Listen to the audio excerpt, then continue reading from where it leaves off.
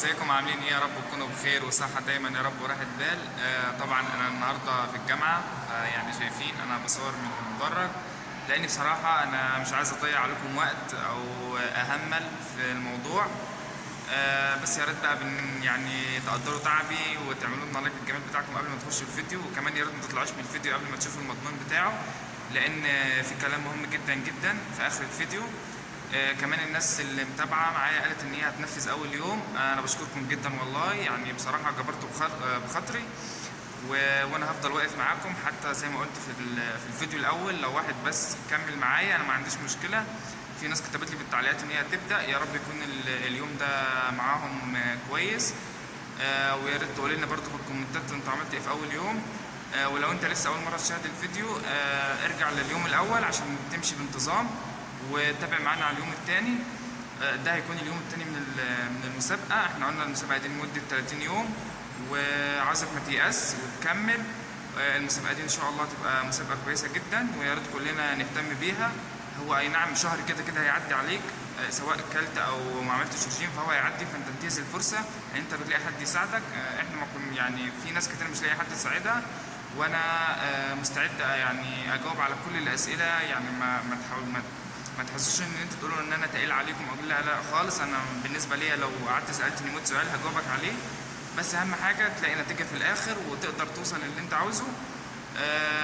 فيلا بينا نشوف النظام اليوم التاني عشان ما تقلش عليكم وكده.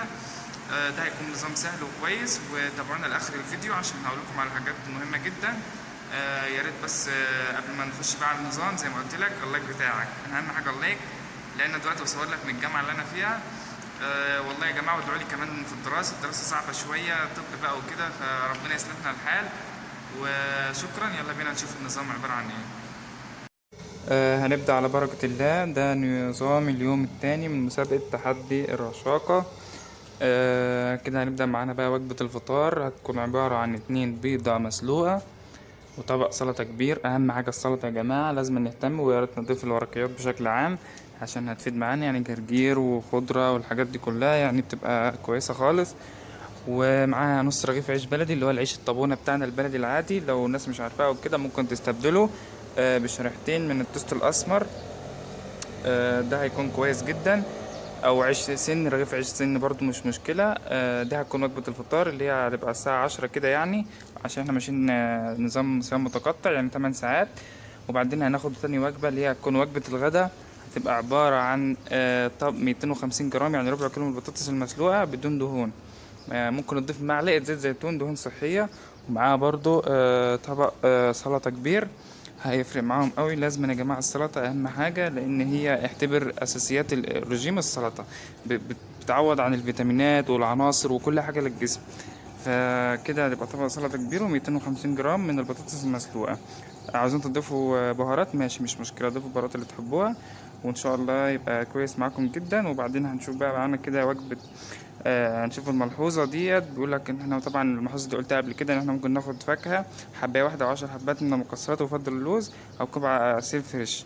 كمان المعلومة النهاردة ليك هتبقى عبارة عن ان انت لازم تتحرك. حاول تمشي حوالي لو يعني مثلا نص ساعة في اليوم، 10 دقايق على السلم، اتحرك جوه الشقة ان انت واقفة مكانك. المهم ابذل مجهود بأيا كان عشان يحرق معاك اكتر. وهو ده النظام، يا رب يكون عجبكم. وده كان النظام بتاعنا النهارده، ونظام كويس وخفيف يا ريت كلنا نهتم بيه ونكمله.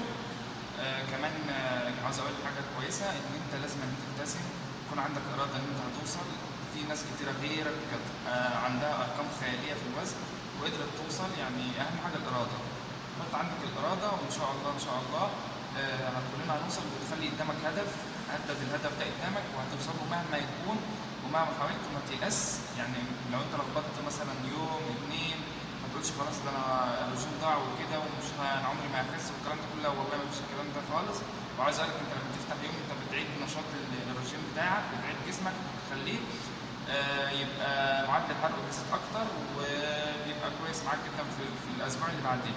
فلازم كلنا نهتم، وان شاء الله كل يوم هننزل يوم بيومه وما تيأسوش، وان شاء الله ان شاء الله هيكون خير.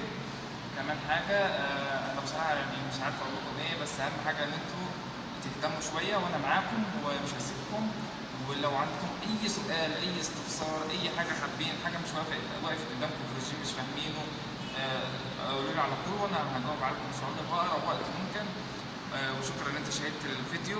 ويا ريت بقى لو انت جديد او لسه ما اشتركتش في القناه يا ريت تحط لنا السبسكرايب، لان فعلا بيشجعنا يعني ده بالنسبه لنا حاجه كويسه جدا.